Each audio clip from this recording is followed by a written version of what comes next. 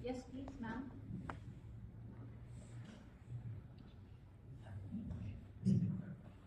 Hi, hello po, good afternoon, and hello po sa lahat na nandito, and of course, hello din po sa lahat ng cast and crew. First of all, bago ko po ibigay ang aking question, gusto ko lang po sana i-congratulate ang lahat po ng bahagi po ng team ninyo. Napakaganda po ng play, very well thought of, and napaka-touching, naiyak po ako, hindi lang very light. And of course, hindi lang sa lighting, but sa actors' choices, of course, and dun po sa whole production. Inclined po, the audience. Gusto ko lang po tanungin muna yung ating Mr. Playwright, kung gaano po niya katagal sinulat yung play. Because yung play po, as I've said, is very thought of. And yung mga linya po, tago sa puso.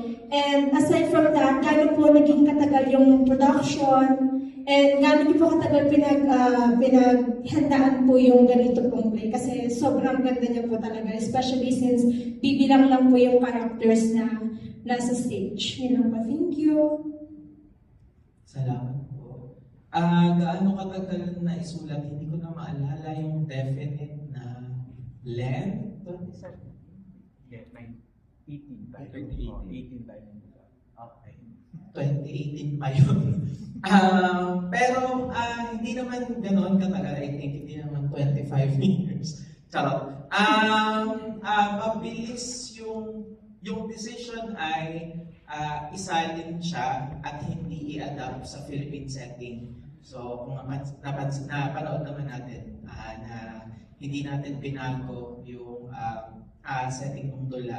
Ang malaking challenge ay i-compress yung characters nung dalawang Fury. So Fury yung tawag sa kanila sa original text ni Lanny Robertson. So sila yung mga bosses na naririnig ni Mary Gerard.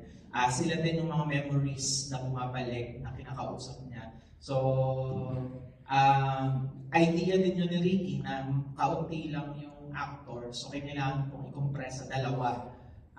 Yun yung main challenge. And then, kung hindi ako nagkakamali, sinundan ko lang din yung chronology ng original text. Pero nung rehearsals na, so doon na lumabas yung creative decisions ni Ricky kung paano niya i-arrange yung mga eksena, yung mga memory in such a way na mas mararamdaman ng nanonood, di ba, kung ano yung journey niya, hindi lang physically, kundi most especially mentally, internally. So, yun. Ang laking